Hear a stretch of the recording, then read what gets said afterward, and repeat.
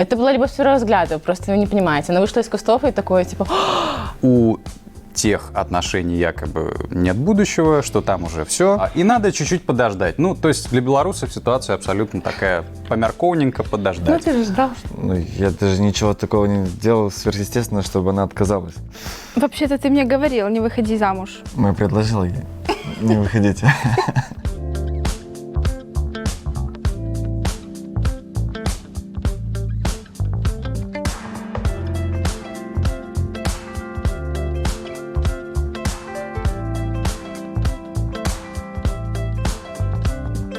8 марта, кстати, мы познакомились. На тусовке Вика вылезла из кустов.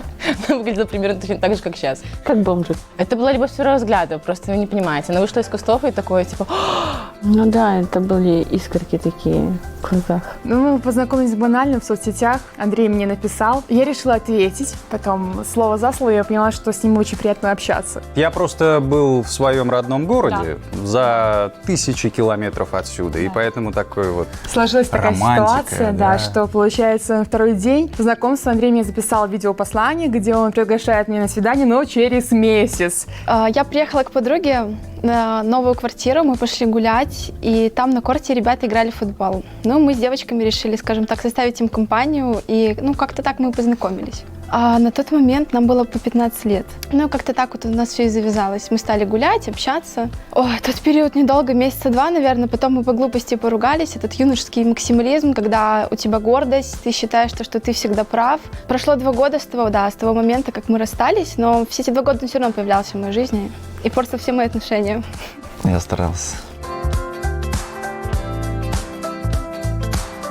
Изначально я собиралась выходить замуж. Я была беременная, мне мальчик сделал предложение. Я даже ничего такого не делал сверхъестественно, чтобы она отказалась.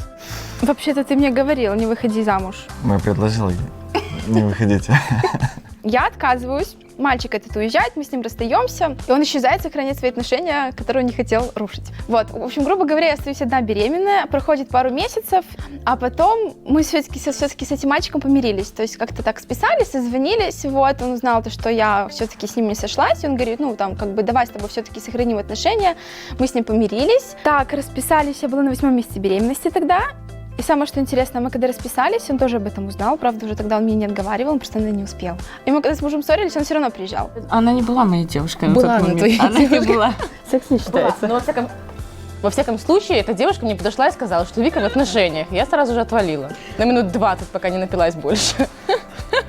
Я была в отношениях. Но я об этом почему-то не знал. Узнала потом, спустя Да. определенное время. Так как я узнал об этом через месяц, для меня это, конечно, было шоком. Я написал, дескать, Мария, разъясни ситуацию. И что же я сказала? У тех отношений якобы нет будущего, что там уже все, можно ставить крестик. И надо чуть-чуть подождать. Ну, то есть для белорусов ситуация абсолютно такая нормальная, то есть помярковненько подождать. Ну, ты же ждал. Ну, а как я бы сказала, знаешь, дорогой, давай общаться, дружить. Но у меня там на стороне есть еще один человек. Не обращай внимания. Мужу изменять я не изменяла, с какой-то стороны, может быть, изменяла, но это, наверное, с моральной точки зрения. Там физически никак я ему не изменяла. Но все равно мы с мужем по итогу расстались.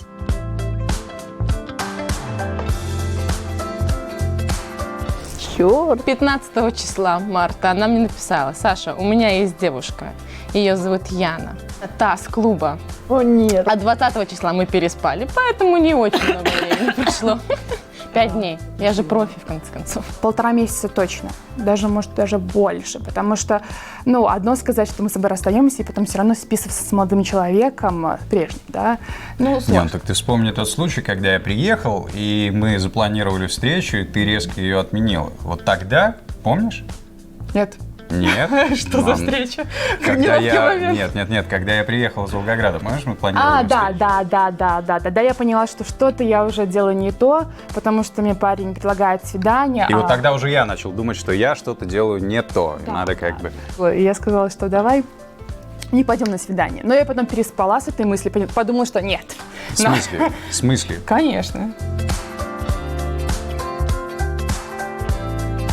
Меня совесть не мучила? Вообще не мучила? Нет.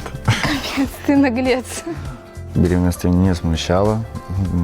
Мы даже как-то думали, перед тем, как она вышла замуж, имя ребенку.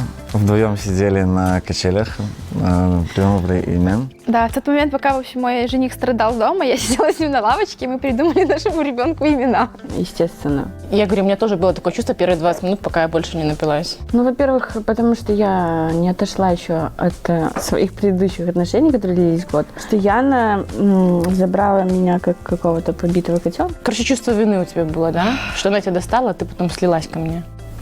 Да, потому что я параллельно вела переписки с Александрой. Но меня не осуждал никто, я не сталкивалась с таким. Меня тоже, мне кажется, я больше сама себя осуждала. Ну что уже прошло время, и я как-то начала загоняться по этому поводу, что думаю, что-то я плохая девушка. Там точку не поставила, тут начинаю, и вот эта совесть меня грызла. Тебя грызет совесть? Тогда грызла немножко.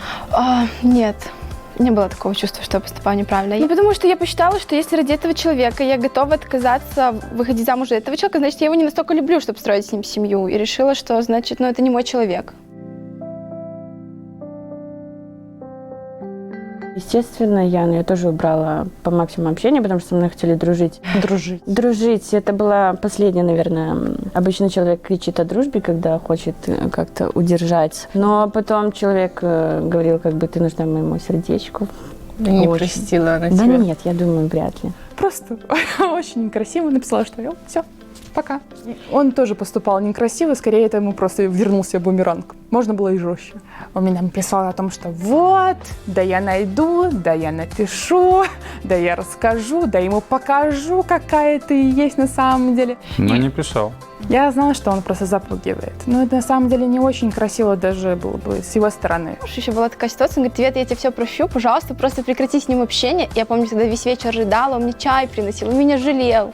Ему так хотелось все это сохранить, но вот как-то вот мне вообще не хотелось. Я не могу сказать, я не просила прощения, потому что я поступила как бы правильно, я же пришла, сказала правду, я же ему не изменяла, правильно.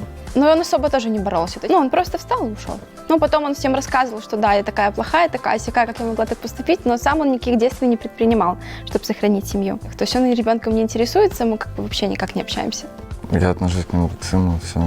Он его папой называет. Мы недавно ходили там в кафе, и вот он отошел за заказом и говорит, ой, говорит, наверное, папин сын, говорит, так на папу похож, говорит, ну, на вас, говорит, девушка тоже похож, говорит, но на папу больше.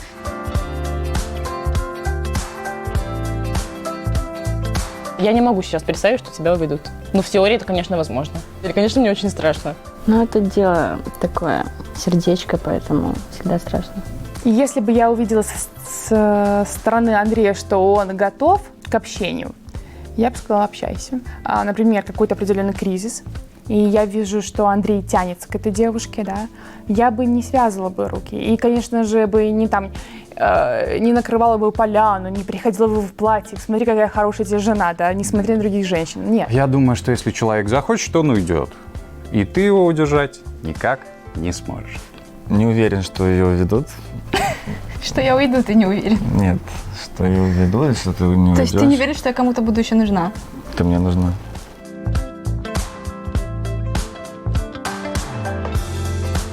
И если Вики напишет Яна, то что я могу с этим сделать? Он напишет. Тут дело же не в Яне, не в моей реакции, а в самой Вике, как Вика на это отреагирует. Или если она там пить с ней соберется поехать, или гулять на какие-то общие тусовки. Это другой вопрос. Если просто напишет, то никто там ничего страшного. И, конечно, у меня на блоке стоит. Благодаря тебе. А что, вы потом списывались? Ты знал или нет? Что-то не припоминаю, да. Ну вот, короче, мы списывались. А как давно? Ну, пару раз, там, раз в 3 месяца. Ну что-то там он тебе лайкал, по-моему. Ну да, взаимные лайки, Что-то это такое. Ты святое. там еще подписан на него. Я помню. Ну, знаешь, что тоже до определенного момента ты был подписан на всех своих бывших. Поэтому не надо тут. Ну, для меня не составило труда Ну отписаться. как не составило труда? Взяла я телефон и отписала тебя. Всех твоих бывших. Я не знаю, я сама вот на него смотрю, думаю, ну вот что в тебе такого? Ну ничего. Ну нет, ты, конечно, симпатичный мальчик, но конкретно такого, что вот меня притянуло, я не знаю. Вот, то есть он всегда понимает меня с полуслова, и порой он появлялся в те моменты, когда он был нужен. Когда я лежу после работы уставшие, просто страшно, уже синяки под глазами. Думаю, боже, спать бы охота. И тут я вспоминаю вкус кофе. Говорю, Андрюш, сделай кофе. И несет мне кофе, такой довольный, держи, я тебе 2 ложки сахара, чтобы ты прям насладилась. Такие мелочи, которые были приятны, да, вот сейчас, на данный момент, в отношениях, там такого не было. А Андрей может там, давай я тебе спинку поглажу, давай там тебя убаюкаю. Хотя ты периодически так присаживаешься так в область шеи и вот как-то Да, так да. злоупотребляешь. Кто сказал, что эти отношения круче, чем были раньше? Мне в этих отношениях комфортнее всего, наверное. Типа картинки, типа первое время отношений, там люди такие, типа ноги там такие голенькие, типа все такое брито, чисто, типа там через полгода отношений все такое заросшее. Вот все заросшее было с самого начала, понимаете, все было очень просто. Я где-то в одной книжке читала, что брак, ну у нас, конечно, не брак, но тем не менее, брак — это продолжительная беседа. И у меня это в голове осталось, и когда мне с человеком комфортно разговаривать, вне зависимости от того, что вы проводите там очень много времени вместе, это для меня супер большой показатель, наверное, это. Чего улыбишься?